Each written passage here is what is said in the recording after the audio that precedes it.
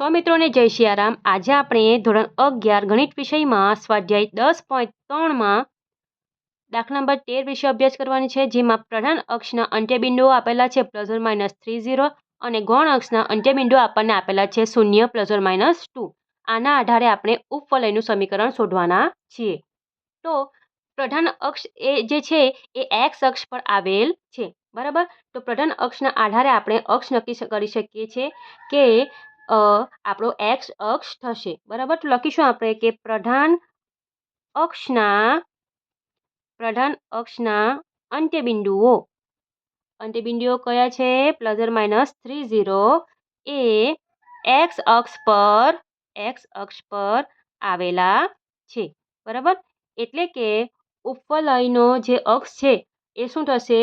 x અક્ષ થશે.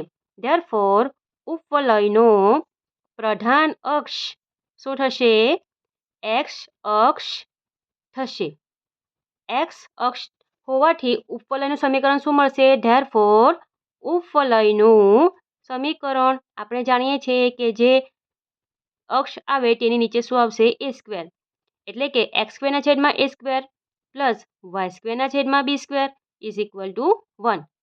ફરી એકવાર પ્રધાન અક્ષના અંત્યબિંદુને આધારે આ આપણો x યામ થાય, આ આપણો y યામ થાય, બરાબર.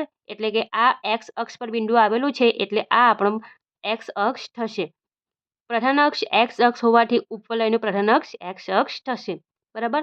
જે અક્ષ હોય તેની નીચે a² લેવાનો, બરાબર. તો એના આધારે આપણને સંપૂર્ણ સમીકરણ મળી જાય છે. હવે પ્રધાન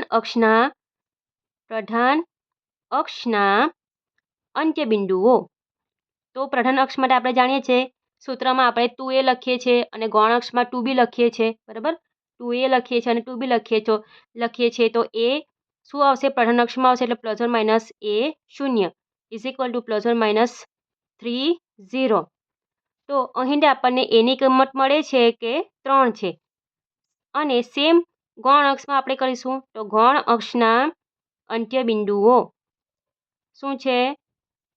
0 +-2 છે તો 0 +-b = 0 +-2. તો બીની કિંમત આપણને મળશે 2, બરાબર. હવે શું કરવાનું છે?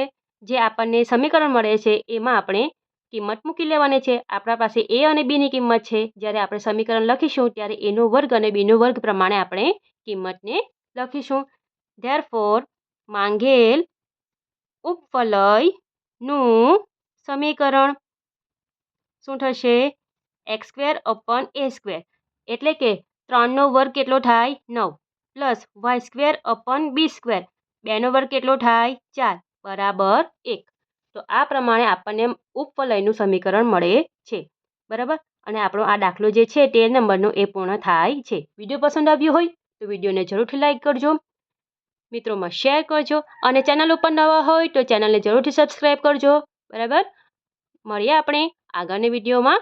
સૌને રાધે રાધે.